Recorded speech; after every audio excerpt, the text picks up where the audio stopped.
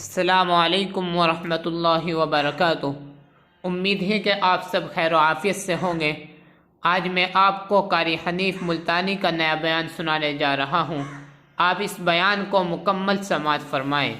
اور شاید میں نے پہلے بھی ذکر کیا ہو، یاد نہیں میرے، ہم لوگوں کے ذمے الزام لگاتے ہیں یہ کھیل تماشے کرنے والے، یہ ڈھول ڈپڑے بجانے والے چوڑے، یہ ہمارے ذمے لگاتے ہیں کہ یہ تو نبی کو مانتے نہیں۔ ہمارے دارالعلوم دیوبند میں، جو ہندوستان، پاکستان اور پوری دنیا میں سب سے بڑی یونیورسٹی ہے، دارالعلوم دیوبند کے مدرسے میں ایک رومال موجود ہے جو مدنی کریم صلی اللہ علیہ وسلم کے چوغا مبارک، آپ کی پہنے ہوئے استعمال کردہ چوغا مبارک اس رومال میں لپٹا ہوا کئی سال تک رکھا رہا۔ وہ رومال، جس رومال کو نبی کا بدن مبارک نہیں، نبی کے پہنے ہوئے کپڑے کو وہ رومال لگا ہے، دیوبندیوں کے مدرسے کے خزانے میں سونے کی ڈبیا میں آج تک رکھا ہوا ہے، اور اس کی زیارت کرائی جاتی ہے۔ بادشاہوں کے ذریعے ہوتا ہوا وہ رومال ان لوگوں تک پہنچا ہے۔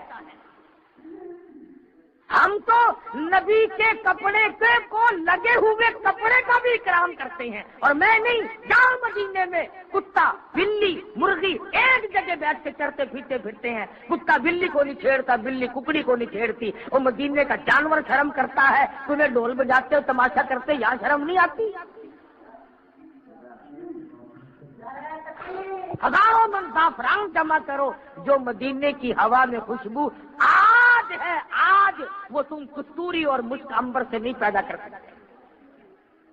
1400 سال کے بعد بھی حضور کے جسم کو نہیں، حضور کے روضہ اقدس سے جو ہوا ٹکرا کے آتی ہے اس میں نرالی خوشبو ہے، تو حضور کے پسینے کی خوشبو کیسی ہوگی؟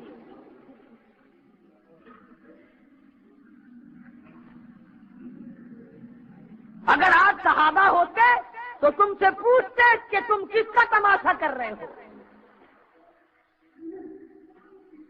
پرسوں 12 ربیع الاول کو نارنگ منڈی ضلع شیخو پورے میں لڑائی ہوئی جلوس والوں کی۔ وہ کہنے لگے کہ ہم گھوڑا نکالتے ہیں تو ہمیں کافر کہتے ہو، تم نے سنڈے نکالنے ہوئے ہیں جلوس میں۔ اندازہ، گھوڑے، کھوتے، اونٹ، سنڈے، جلوس نبی کا۔ میں اگر تیرے بعد کا جلوس نکالوں تو تجھے ناراضگی نہیں لگے گی؟ نبی نے قرآن دیا، نبی نے حدیث دی، نبی نے فرمان دیا، نبی نے اللہ کا پیغام دیا، اس کا اکرام کر۔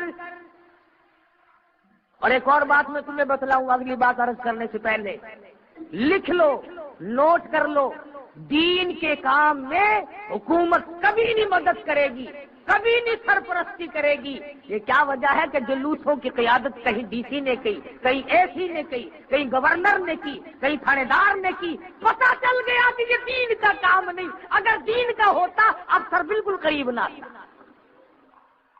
لکھ لو یہ بات، ساری عمر میں افسر کبھی دین کے قریب نہیں آئے گا۔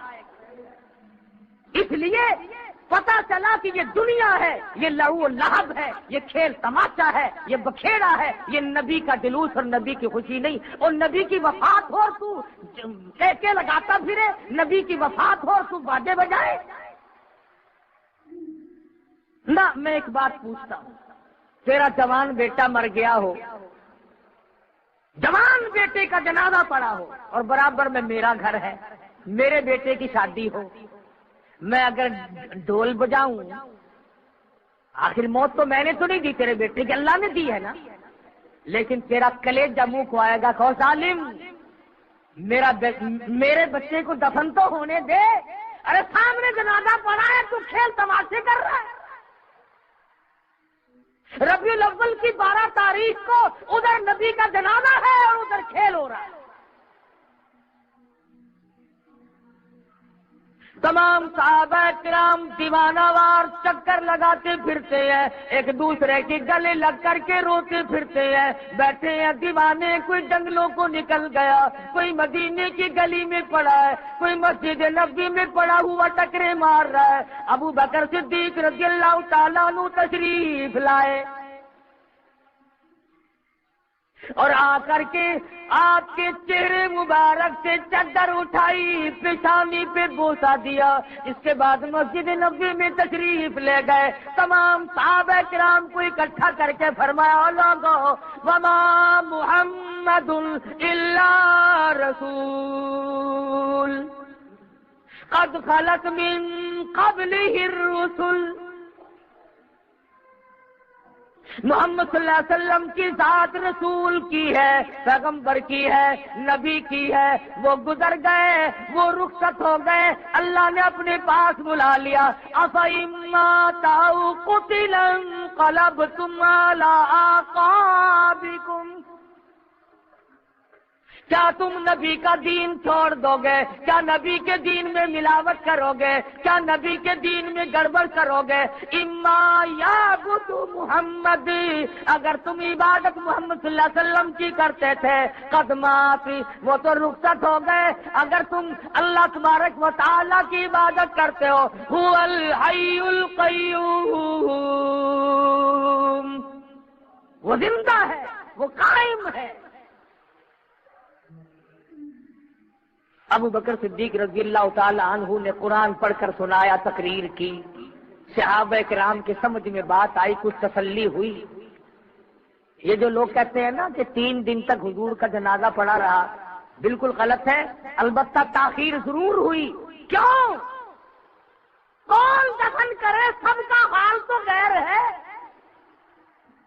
اور فاطمہ الزہرا 6 مہینے زندہ رہی، اپنے ابا کے بعد حضرت علی قسم کھا کر فرماتے ہیں ایک دن مسکراتی نہیں دیکھی، پیٹ بھر کے کھانا نہ کھایا، ہر وقت رویا کرتی تھی، او لوگوں کن ہاتھوں سے تم نے میرے ابا کی قبر پہ مٹی ڈالی۔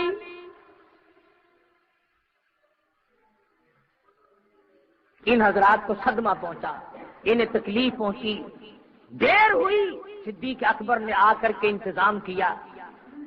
اور ایک اور بات بتا دوں، نبی کے غلاموں اور نبی کے جانثاروں، نبی کی شفاعت کے امیدواروں، توجہ کرنا، مدنی کریم صلی اللہ تعالی علیہ وسلم کی وفات جس لباس میں ہوئی، کم سے کم 12 پیوند تھے۔ تو چوڑا ہوا پھرتا ہے، اکڑتا پھرتا ہے، تیرے آقا اور میرے سارے جہان کا آقا اور مولا آخری وقت میں اس حالت میں خدا کے یہاں رخصت ہوتا ہے کہ اس کے بٹن کے بجائے کانٹے چبھے ہوئے۔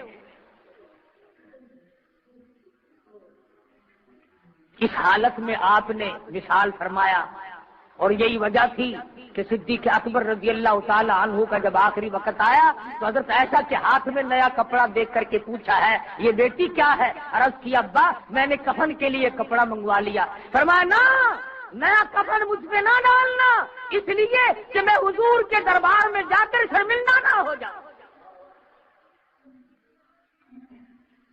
فرمانے لگے ایسا یہ کپڑا کسی مدینے کی بیوہ کو دے دینا، اپنا دوپٹہ بنا لے گی، اپنا پردہ کر لے گی، میں اس لباس میں جاؤں گا جس لباس میں اب موجود ہوں۔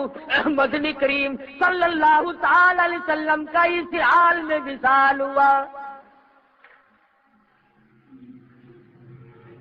تو سوچنے والی بات ہے، جن لوگوں نے مدنی کریم صلی اللہ علیہ وسلم کو قبر میں اتارا، جنہوں نے لحد میں اتارا، اور جنہوں نے آخری دیدار کیا ہوگا تو کس حالت سے کیا ہوگا کہ اب آج کے بعد یہ شمع نظر نہ آئے،